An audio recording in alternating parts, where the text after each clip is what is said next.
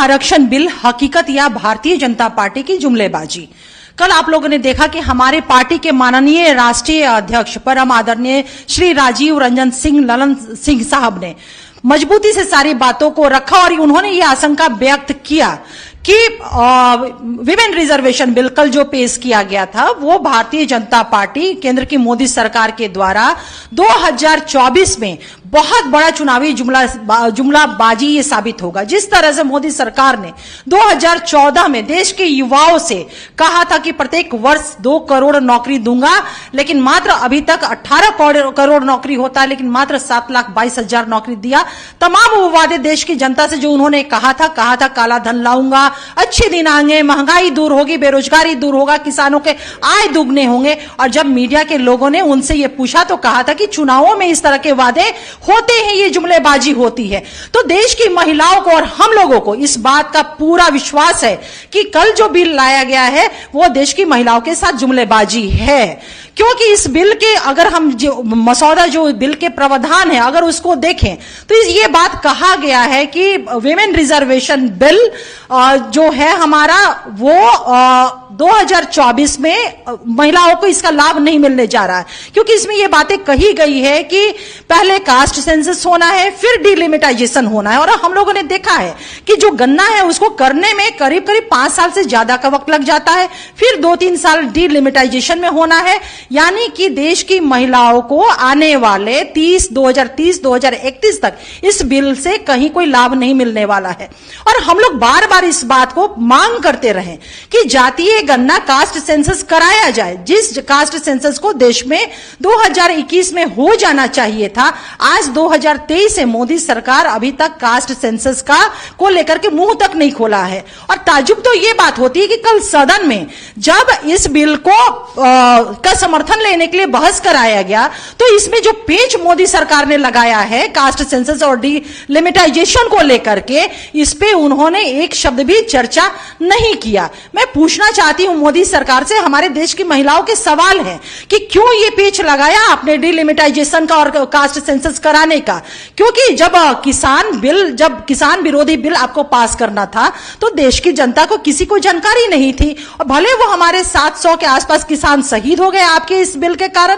जब नोटबंदी आपको करनी थी तो देश के किसी लोगों को जानकारी नहीं थी। एकाएक हम लोगों ने देखा कि नोटबंदी का कानून आया, भले लाइन में लगे हुए 150 लोग इसमें उनकी मौत हो गई। तो इस बिल में इस तरह की पेचीदगियां क्यों लगाया आपने? दूसरा सवाल हमारा मोदी सरकार से है कि 2014 के मैनिफेस्टो में आपने विमेन रिजर्वेशन बिल को टॉप प्रायोरिटी दिया था, लेकिन 2019 में आपके मैनिफेस्टो में विमेन रिजर्वेशन बिल 14वें नंबर पे आया। तो महिला का जो संवैधानिक अधिकार है वो अपग्रेड ना हो करके आपके शासनकाल में वो नीचे गया है। ये देरी क्यों हुई? इस बिल को लाने में 9.5 वर्ष आपने क्यों लगाया? अगर आप महिला के जो संवैधानिक अधिकार है देने में आप विश्वास रखते तो मैं ये पूछना चाहती हूं कि जब आप गुजरात के माननीय मुख्यमंत्री थे तो वहां के निकायों में आपने कितना आरक्षण दिया? पंचायती व्यवस्था में तो आपने कोई आरक्षण नहीं दिया,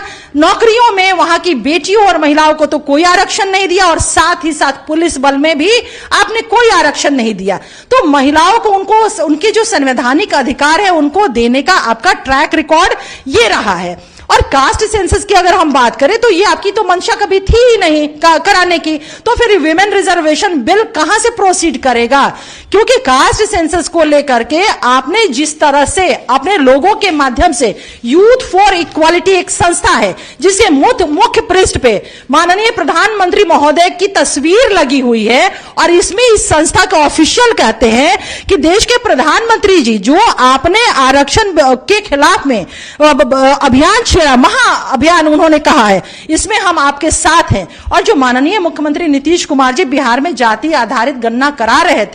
कराना उन्होंने शुरू किया, तो किस तरह से आप बिहाइंड द कर्टेन जाकर के यूथ फॉर इक्वालिटी के ऑफिशियल्स, चाहे वो मक्खन लाल हो, संदीप रागी हो, ये सभी के सभी लोग आरएसएस के ये पदाधिकारी हैं, इन लोगों के माध्यम से इस गणना को बिहार में रोकने का आपने षड्यंत्र रचा। जब ऑनरेबल हाई कोर्ट ने आपके पिटीशन को, आपके लोगों के पिटीशन को रद्द कर दिया, डिसमिस कर दिया, ये कहते हुए कि मुख्यमंत्री जी के न्याय के साथ विकास की जो उनकी परिकल्पना और धारणा और जो वो नीतियां बना रहे हैं, इसके लिए ये गणना जरूरी है क्योंकि साइंटिफिक डाटा चाहिए। लेकिन देश के स्तर पे आपने तो कास्ट सेंसस कराया नहीं, आपने तो मुंह खोला नहीं। भले पाकिस्तान जैसा गरीब देश वो अपना कास्ट सेंसस करा चुका है, विश्व के 80 देश अपने कास्ट सेंसस करा चुके हैं, लेकिन आप जाति आधारित गणना नहीं कराएंगे, इसलिए कि आप महिला विरोधी, आप संविधान विरोधी, पिछड़ा, अति पिछड़ा और दलित विरोधी हैं, इसलिए आपको ऐसा कराना ही नहीं है। तो मैं दावे के साथ कह सकती हूं कि आपने जो कल बिल लाया है सदन में, वो देश की महिलाओं के साथ राजनीतिक धोखा है, राजनीतिक छल है और ये बहुत बड़ा जुमलाबाजी साबित होगा। मैं आगे की बातों को कहने के लिए मैं डॉक्टर भारती मेहता जी से आग्रह करूंगी कि वो आपसे मुखातिब हों। धन्यवाद अंजुम जी। आज जेडीयू के इस औपचारिक सोशल मीडिया प्लेटफॉर्म के माध्यम से हम जेडीयू बिहार प्रदेश की तीनों महिला प्रवक्ता श्रीमती अंजुम जी, सुश्री अनुप्रिया जी और मैं कुछ सवाल लेके हाजिर हुए हैं। जो सवाल ये हमारा भारत की केंद्र सरकार और इंडिया के स्वरूप में आने के बाद हताशा की स्थिति में आदरणीय नरेंद्र मोदी जी ने जो निर्णय लिया है अचानक महिला बिल को लाने का और भावनात्मक तौर पर यह दिखाने का कि जो नया संसद भवन बना है उसमें प्रथम बिल जो मैं पारित करवा रहा हूं वो भारत की आधी आबादी को समर्पित है। हमारा स्पष्ट तौर पर यह कहना है कि ये पुनः आदरणीय नरेंद्र मोदी जी के द्वारा की जा रही एक बड़ी जुमलेबाजी है।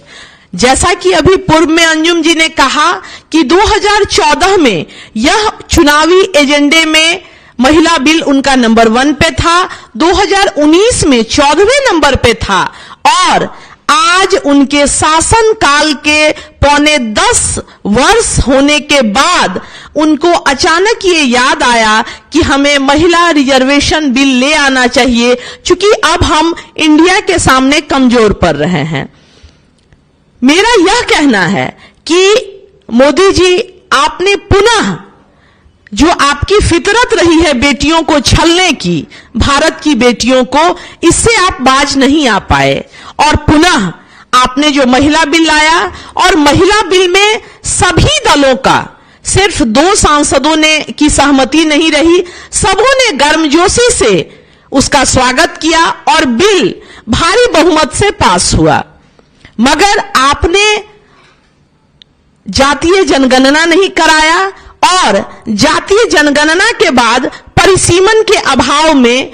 अब साथ में यह क्लॉज लगा दिया गया कि यह 2029 से लागू होगा। बहुत आश्चर्य और शर्म की बात है कि महिला बिल हमने लाया, हमने उसको पास कराया, मगर इसका लाभ आपको 2024 में नहीं मिलेगा, 2029 तक भी अब तो हमारा हृदय नहीं मान रहा कि हमें आरक्षण बिल का लाभ 29 में भी मिल पाएगा, क्योंकि 10 वर्षों के शासन काल में आप जातीय गणना नहीं करा सके, जबकि विश्व के 80 राष्ट्र इस जातीय गणना को कोरोना जैसी महामारी के दौर में भी करा चुके हैं और पाकिस्तान जैसा आर्थिक रूप से कमजोर राष्ट्र भी इस गणना को करा चुका है। ऐसी स्थिति में हमें लगता है कि पुनः आपने ओबीसी, एससी और एसटी महिलाओं के लिए कोटा न देकर आपने पुनः एक भ्रम की स्थिति पैदा की है कि इसमें जो ताकतवर समाज की महिलाएं होंगी उन्हें ही मौका मिल पाएगा और जो कमजोर समाज की महिलाएं हैं, बेटियां हैं, वर्कर हैं, वो शायद इसका लाभ कदापि नहीं ले पाएंगी। और हम पुनः अपने उस डिमांड को दोहराते हैं कि कोटा के अंदर कोटा का प्रावधान किया जाए और यूपीए के द्वारा पहली बार जिस बिल को लाया गया था और उसको पुनः आपने नए पैकेजिंग के तौर पर, चूंकि मार्केटिंग का तो एक्सपर्ट है बीजेपी, आपने 128वें संविधान संशोधन के माध्यम से उसको लाया। हम एक तरफ आभार प्रकट करते हैं कि महिला बिल पास हुआ, सबके सहयोग से और आदरणीय नीतीश कुमार जी ने न केवल भारत में बल्कि विश्व में जो महिला सशक्तिकरण का 50% रिजर्वेशन देकर जो उन्होंने मिसाल कायम किया है, सरकारी नौकरियों से लेकर और ग्राम स्वराज की स्थापना तक में, काश आप उसी तर्ज पर इस महिला बिल को लाकर हम तमाम बेटियों को न्याय दे पाते तो हम आपका आभार प्रकट करते। पुनः हमारा डिमांड है कि आप कोटा के अंदर कोटा सुनिश्चित करें और तब इस महिला बिल को आप एक्सक्यूट करें। अब मैं ये प्लेटफॉर्म सुश्री अनुप्रिया जी को दे रही हूं। बहुत बहुत धन्यवाद दी। जैसा कि आप सभी आज जनता दल यूनाइटेड के सोशल मीडिया प्लेटफॉर्म पे आज हम सभी तीनों महिला प्रवक्ता ने बीजेपी की असली चाल, चरित्र और चेहरे का जो उजागर कर रहे हैं। देखिए, यह जो समय चुना है बीजेपी के नेताओं ने और बीजेपी के सरकार ने, यह मुझे संदेह लगता है कि यह महिला सशक्तिकरण की बात ना कर करके बस एक बहुत बड़ा जुमला और एक भद्दा मजाक देश की महिलाओं के साथ में की। ठीक है कि आपको याद आ रहा है, चला चली की बेला है, अब आपको महिला याद आ रही है, महिला आरक्षण बिल याद आ रहा है। लेकिन 2014 में जब आप सरकार आपकी बनी थी, तब आपने कहा था कि हम महिलाओं के सशक्तिकरण पे काम करेंगे। लेकिन आपकी जो मेजोरिटी की सरकार थी 2019 में भी, 2014 में भी आपके पास वह नंबर था जिसमें आप पहले से पारित राज्यसभा में जो बिल 2010 में पारित हुआ था, आप उसी बिल को लाते तो बिना इफ बट, बिना किसी संदेह के आज आगामी 2024 के चुनाव में महिला उस आरक्षण का लाभ उठा पाती। लेकिन नहीं, आपकी मंशा गलत थी। आपकी मंशा गलत थी क्योंकि आप कभी भी महिला सशक्तिकरण की बात ही नहीं करते हैं। क्योंकि मैं इसलिए इतने दावे के साथ कह रही हूं, अगर विगत कुछ महीनों की घटनाओं को देखें देश की राजनीतिक में और जिस तरह से महिलाओं के साथ में दुर्व्यवहार किया गया, अब वहां जहां पे भाजपा की सरकार थी, जहां पे डबल इंजन की सरकार थी, कई बार आए अमित शाह जी बिहार में और कहते हैं कि डबल इंजन सरकार जहां है वहां पे महिलाएं सशक्त हैं, वहां के युवा के पास रोजगार है। लेकिन मैं आपको बता दूं कि मणिपुर जैसी घटना इस देश के इतिहास में कभी नहीं हुआ। आप अमृत महोत्सव मना रहे हैं 75 साल में, और इतनी शर्मनाक घटना जिस वर्ष में हुआ, 75वें साल में देश में ऐसी घटना ना इतिहास में हमने ना देखा है ना सुना है कि निवस्त्र करके आपके शासन में महिलाओं को सड़क पे घुमाया गया और आपकी सरकार चुप रही और आप भी चुप रहे।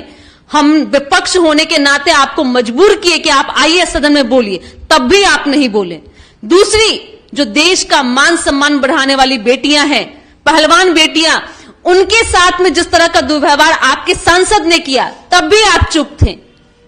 आपकी जो चुप्पी थी वह देश ही नहीं दुनिया ने भी उस पे आपके ऊपर लालछन लगा दिया कि आप महिला के विरोधी हैं, आप बेटी विरोधी हैं, आपके लिए बेटी की स्मिता बहुत महत्वपूर्ण नहीं रखती है, आपके लिए कुर्सी महत्वपूर्ण रखती है। ये दो घटना ऐसी थी जिसने देश की महिलाओं को रूह को कपा दिया और देश की महिला ने ठान लिया है कि भाजपा मुक्त भारत करेंगे। और इसी समय में आपको महिला आरक्षण बिल आता है तो मैं इसको एक पॉलिटिकल स्टंट मानती हूं। लेकिन देश की महिला और बिहार की महिला जिस तरह से अपने आप को ठगा हुआ आपके शासनकाल में महसूस कर रही है, तो उन्होंने यह संकल्प लिया है कि आपकी अब आगामी समय में आपकी सरकार नहीं होगी। जैसा कि कई बातों को हमारी प्रवक्ता डॉक्टर भारती मेहता जी ने बताया कि अगर आपको सीखना है तो हमारे नेता से सीखिए, जहां उनकी सोच थी महिलाओं को राजनीतिक, सामाजिक और आर्थिक रूप से सशक्तिकरण करने की बात, तो महिला को सशक्त करने के लिए उन्होंने अपनी सरकार बनते के साथ ही राजनीतिक सशक्तिकरण के लिए 2006 में 50% आरक्षण दिया पंचायती राज और नगर निकाय के चुनाव में। यह होता है संकल्प। और बेटियों को शिक्षित करने के लिए उन्होंने कई ऐसी योजनाएं चलाई कि उनकी बेटियां शिक्षित हो और बिहार के प्रगति में उनका योगदान हो। साइकिल योजना, पोशाक योजना, आज आप बिहार की सड़क पर निकल के देखिए, आपको बेटियां आज अपने आप को कई जगह पे अपने प्रतिनिधित्व कर रही हैं। शिक्षा विभाग में हमने 50% आरक्षण महिला को दिया है हमारी सरकार ने, और 35% आरक्षण जो है बिहार सरकार ने सभी वर्ग की महिलाओं को और सभी नौकरी में दी है। यह होता है सशक्तिकरण, यह होता है संकल्प, और यह दृढ़ संकल्प हमारे नेता और हमारे मुख्यमंत्री नीतीश कुमार जी ने धरातल पर उतार के दिखाया है, जिसके कारण आज और एक सबसे बड़ी उपलब्धि हमारी यह है कि महिलाओं के मांग पे हमारे नेता माननीय मुख्यमंत्री जी ने शराबबंदी की, जिससे कि कई स्तर पे हमारी महिलाएं सशक्त हो और अपने घर में भी अपनी मजबूती से हो सके। आज बिहार की महिलाएं तय करती हैं अपने घरों में कि वो वोट किसको करेंगी। अगर आप स्टडी को भी देखिएगा, कई ऐसी स्टडी है जिसमें यह प्रूफ हुआ है कि बिहार में किसी भी महिला को कोई उसके पुरुष दबाव में देकर के किसी को वोट नहीं करा सकते। इसलिए बिहार की प्रथम अगर मांग है और प्रथम अगर उनकी चॉइस जो होती है वो माननीय मुख्यमंत्री जी हैं, और इसीलिए बिहार की महिलाओं के लिए हमारे नेता ने कई काम किया है, और उनकी मानना है कि महिला अगर सशक्त होगी, महिला शिक्षित होगी तो समाज शिक्षित होगा, परिवार सशक्त होगा और शिक्षित होगा। इन्हीं बातों के साथ में मैं अपनी वाणी को विराम देती हूं। धन्यवाद।